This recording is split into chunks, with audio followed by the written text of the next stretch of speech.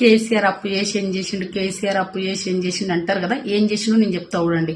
కేసీఆర్ అప్పు చేసి యాదగిరి నరసింహస్వామి టెంపుల్ కట్టించిండు, కేసీఆర్ అప్పు చేసి కాళేశ్వర ప్రాజెక్టు కట్టించిండు, కేసీఆర్ అప్పు చేసి హైదరాబాద్ లో నడి చౌరస్తాలో అంబేద్కర్ విగ్రహాన్ని కట్టించిండు, కేసీఆర్ అప్పు చేసి ఊరికి హరితారాన్ని ఇచ్చిండు, కేసీఆర్ అప్పు చేసి వైకుంఠ ధామాలు కట్టించిండు, కేసీఆర్ అప్పు చేసి రైతు వేదికలను కట్టించిండు, కేసీఆర్ అప్పు చేసి రైతు బీమాలు రైతు బంధువులు ఇచ్చిండు, కేసీఆర్ అప్పు చేసి షాది ముబారక్ కళ్యాణ లక్ష్మి ఇచ్చిండు, కేసీఆర్ అప్పు చేసి కేసీఆర్ కిట్ ఇచ్చిండు, కేసీఆర్ అప్పు చేసి ఇంటింటికి ఫింక్షన్స్ వికలాంగులకు వృద్ధులకు ఫింక్షన్స్ ఇచ్చిండు. ఇది 10 ఏళ్ల పాలనలో కేసీఆర్ మనకి ఇచ్చినాయి.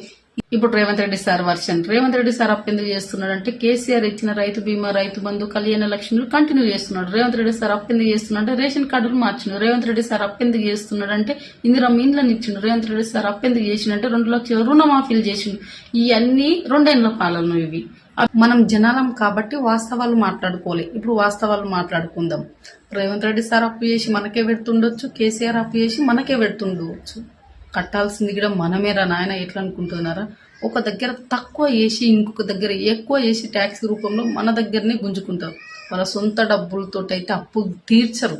జనాల పైననే ఖర్చులు చేస్తారు, జనాలతోటే కట్టించుకుంటారు. అది తెలియక పిచ్చోళ్ళక వాళ్ళ గురించి కొట్లాడతారు. మనం మంచిగా ఉండాలి. వాళ్ళ గురించి అంటలేను, నేను రాజకీయ నాయకుల గురించి అంటలేను. మనం ఐక్యతతోటి ఉంటే ఏదన్నా చేయగచ్చవచ్చు. వాళ్ళు ఇచ్చిన హామీలు కూడా నెరవేర్చుకునొచ్చు. మన బొచ్చుగాళ్ళకి ఐక్యతలు ఉండదు అసలు. ఇంకా వాళ్ళు చేస్తలేరు అంటే ఎందుకు చేస్తారు? మనం అందరం కలిసి అడిగితేనే చేస్తారు వాళ్ళు.